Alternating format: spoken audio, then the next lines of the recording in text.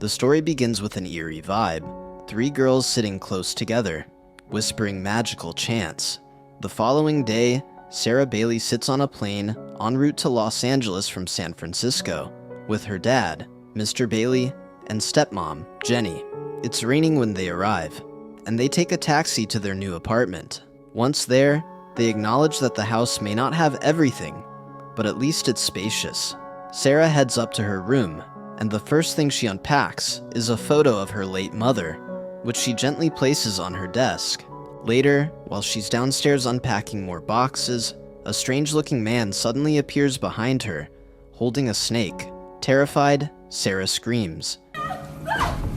Her father rushes down, chases the man off, and turns to comfort his shaken daughter. Sarah assures him she's okay, but points out the snake the man left behind. Without hesitation, Mr. Bailey kills the snake with the walking stick in his hand. Soon after, Mr. Bailey drives Sarah to her new school. He tries to convince her to stay home until her uniform is ready, but Sarah is already restless from being cooped up. After saying goodbye, she steps out of the car and walks nervously into the school, hoping for a fresh start. Meanwhile, the 3 girls from earlier, Rochelle, Bonnie, and Nancy, also attend the school.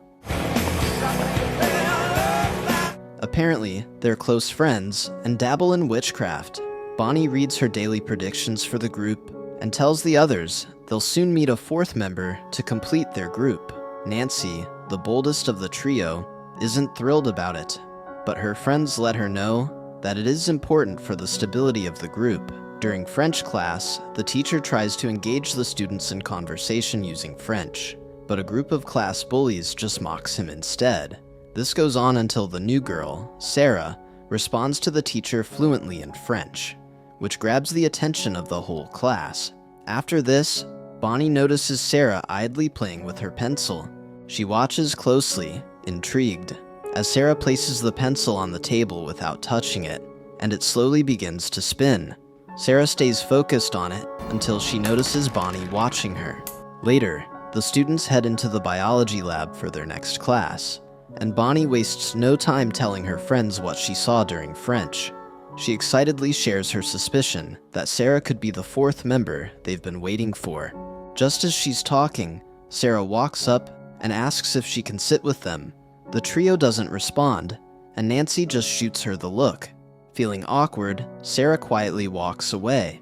At lunch, Sarah sits alone until Chris, one of the class bullies, approaches her. He puts on a charming front and apologizes for the group's earlier behavior. Sarah accepts the apology, but points out that everyone's been acting strange or rude since she arrived. When Chris asks who, Sarah gestures toward the 3 girls behind them. Realizing she's talking about Nancy, Bonnie, and Rochelle, Chris warns her to stay away from them, since he believes they're witches. Chris then invites Sarah to watch football practice after school. She doesn't give a clear answer, but later that day, she shows up at the field. Not long after, the 3 girls show up, and surprisingly, they're friendlier this time. Nancy suggests they all get coffee, though Sarah hesitates. Nancy then warns her to stay away from Chris, calling him a jerk. She even yells his name during practice, distracting him and causing him to fall, making Sarah burst into laughter. She relaxes and eventually agrees to hang out with the girls. I don't have any money. We get a 5-finger discount. As they walk together, the girls notice the scars on Sarah's wrists. Nancy asks about them, and Sarah admits that she once tried to take her own life, but survived. Soon, they arrive at a local magic shop where they meet the owner, Lirio. Inside, Bonnie finds a diary and urges Sarah to steal it, and though Sarah hesitates, she takes it anyway. While browsing, Sarah notices a strange curtain at the back of the store and curiously walks toward it. Just as she's about to pull it back, Lirio stops her and warns that what's behind it is off limits. Sarah apologizes, and as Lirio takes her hand, she notices the ring Sarah is wearing. In a moment of surprise, Lirio realizes it belonged to Sarah's mother. She then brings Sarah a book titled The Craft and suggests she read it. After grabbing a few more items, the girls leave the shop. Around now, it's getting late, and Sarah says she should head home, but Nancy persuades her to stick around a little longer. As they wander, they encounter a group of weird people, and among them is the same snake guy from earlier. Sarah tries to avoid him, but he follows, saying he needs to talk to her. He claims he saw her dead in a dream. In my dream, you are dead! And though Sarah quickly crosses the road to rejoin her friends, the man continues to follow. When Sarah finally turns to face him, a car suddenly comes speeding through and crashes into him. At that moment, the girls run away and regroup at their usual hangout spot. With excitement on their faces, they admit they were thinking the same thing, since they somehow caused that accident. In that moment, the four girls become convinced they've finally formed a complete group, and that together, they can cause anything they wish to happen. Just then, Sarah hears Bonnie mention a name, Manon, and she asks who or what Manon is. Nancy explains that Manon is neither a god nor a devil. He is everything and everywhere. I mean, it's everything. It's the trees, it's the ground, it's the rocks, it's the moon. It's everything. When the girls ask Sarah where she learned magic, she replies, nowhere, revealing that she's a natural witch. Sarah tells them she can make things happen just by truly willing them. Then Nancy brings up Manon again, insisting that he makes everything better. This makes Sarah feel uncomfortable, and she walks away. Bonnie expresses concern, saying they need Sarah, but Rochelle assures them that she'll be back. Soon after, Sarah goes on a date with Chris.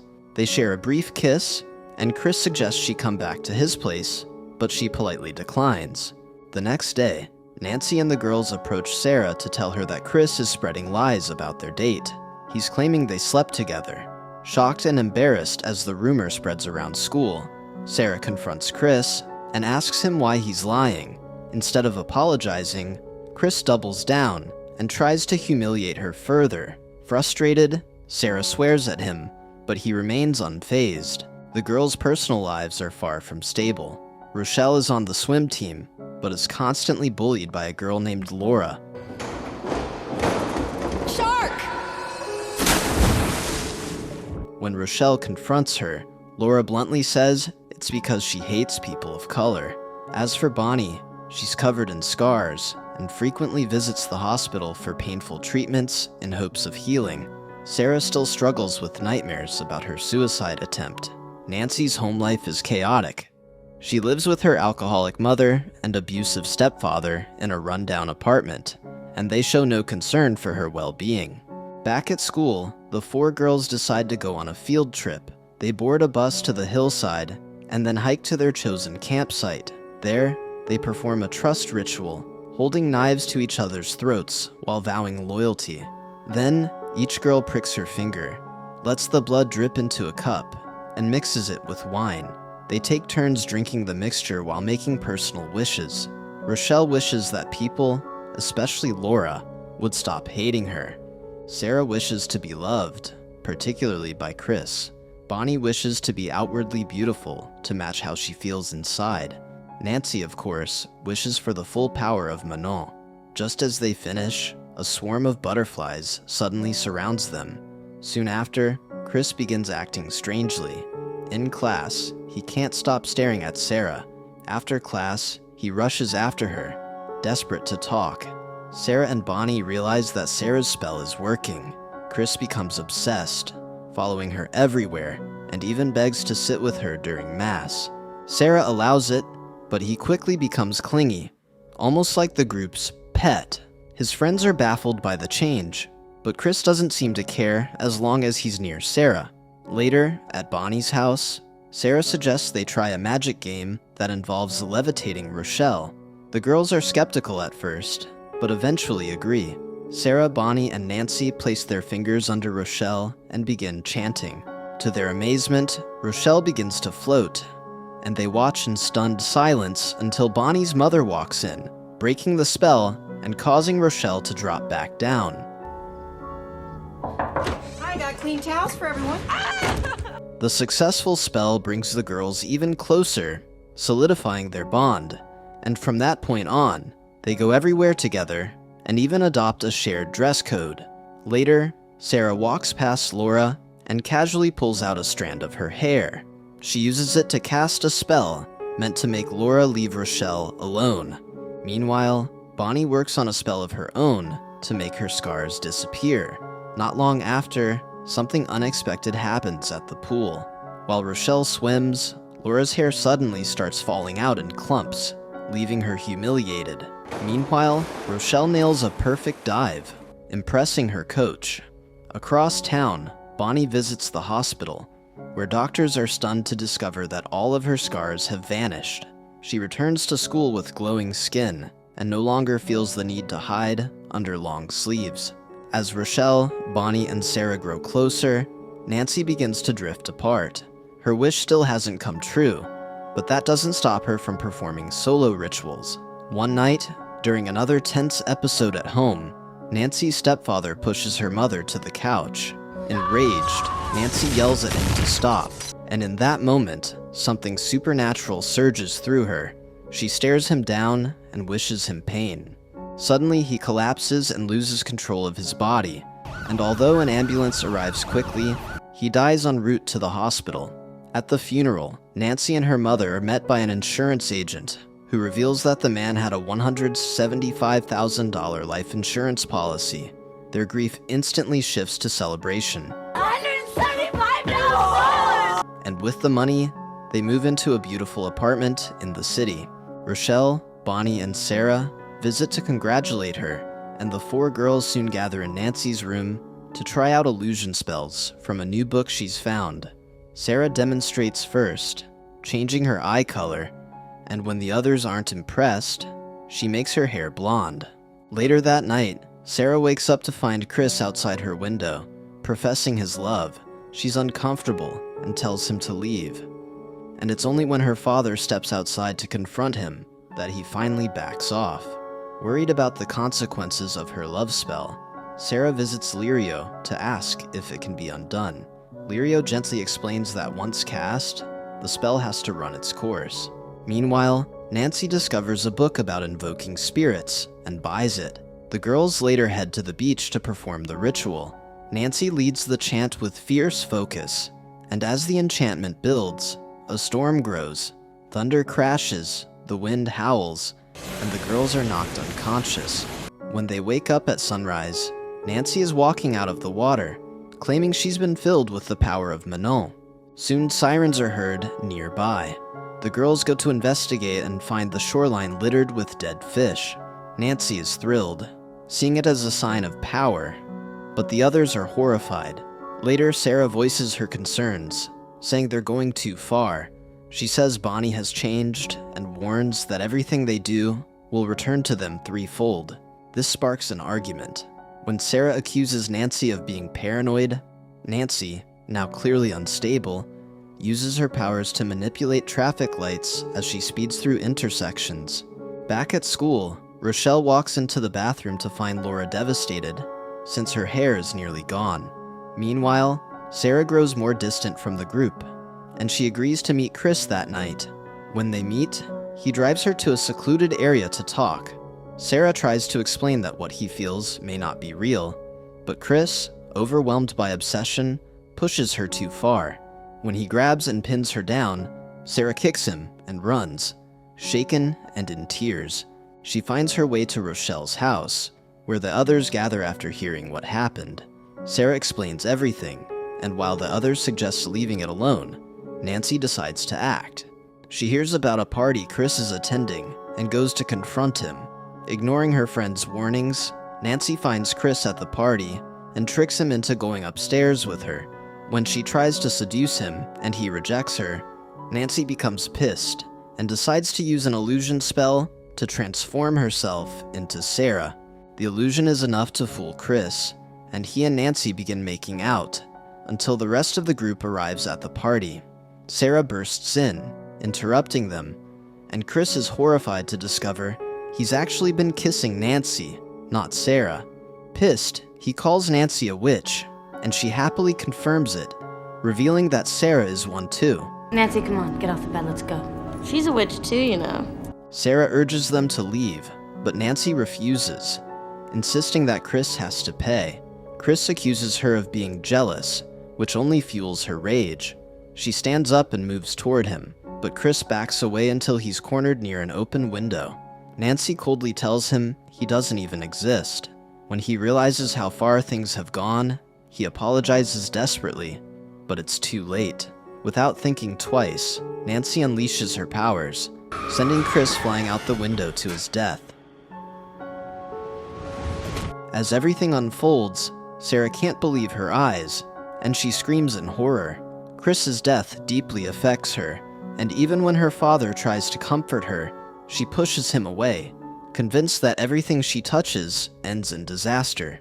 In her grief, Sarah cuts Nancy out of a group photo and attempts a binding spell to prevent her from harming herself or others. That night, Sarah is plagued by a terrifying nightmare in which Nancy, Bonnie, and Rochelle torment her. The experience leaves her shaken. At school, she hides in a bathroom stall, but the trio finds her anyway, with Nancy revealing she knows about the binding spell and even reads Sarah's thoughts, knowing she plans to leave the coven.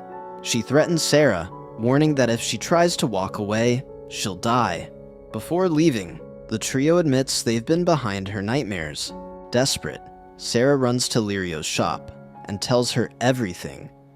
She insists she never meant to hurt anyone. Lirio comforts her and leads her to a hidden back room filled with spiritual power. Lirio reveals that Sarah has great potential, but she must surrender herself to a higher power. She also tells Sarah that her mother was a witch too. Lirio tries to guide Sarah through invoking this power, holding her hand as the ritual begins, but a spiritual storm erupts, shaking the shop. Overwhelmed, Sarah panics and runs out, ignoring Lirio's calls. I can't stay here. No, Sarah, stop! Sarah! When she finally gets home, the house is empty. Then the phone rings, and it's Nancy. She coldly tells Sarah that her guardians have flown back to San Francisco. Sarah notices a flight number written on a note, Flight 321. But when she checks the news, her heart sinks when she sees that the flight has crashed, and no one survived. Devastated, Sarah tries to leave the house, only to find it overtaken by snakes, insects, and other terrifying creatures. She flees to the bathroom and collapses into the tub, screaming in fear. Suddenly, Nancy appears, taunting her and revealing that it's all just an illusion. Then she vanishes. Sarah stumbles out of the bathroom and finds Nancy and the others waiting downstairs. She demands to know where her father and Jenny are, but Nancy just laughs, anticipating that Sarah will soon take her own life. Where are my dad and Jenny? Then the girls begin levitating to intimidate her. Rochelle wonders why Sarah isn't fighting back, and Nancy mocks her, claiming she's too weak to use her powers. Without warning, Nancy flies at Sarah and slashes her wrists with the knife. Bleeding and weak, Sarah crawls back to her room and lies on the floor, staring at a picture of her mother. As she drifts toward unconsciousness, she begins to invoke Manon. Upstairs, Rochelle and Bonnie approach, but Sarah uses an illusion spell to make them see distorted versions of themselves in the mirror. Horrified, they flee the house, leaving Nancy behind. Where are you going? Sarah, now alone, continues invoking Manon, and when she fully surrenders to the divine force, it responds. The power of Manon fills her, healing her wounds and restoring her strength. When Nancy goes upstairs to check on her, she's terrified to see Sarah step out of a mirror, completely reborn.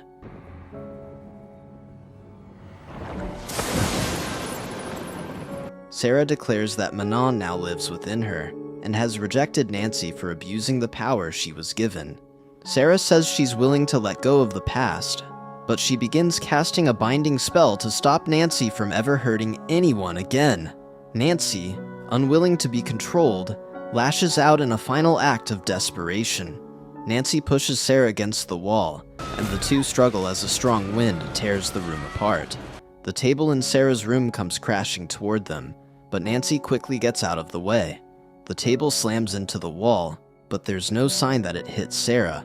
When Nancy stands to investigate, she finds nothing but Sarah's clothes on the floor. It appears it's another illusion, until Sarah suddenly shows up from the pile and kicks Nancy against the wall. knocking her out.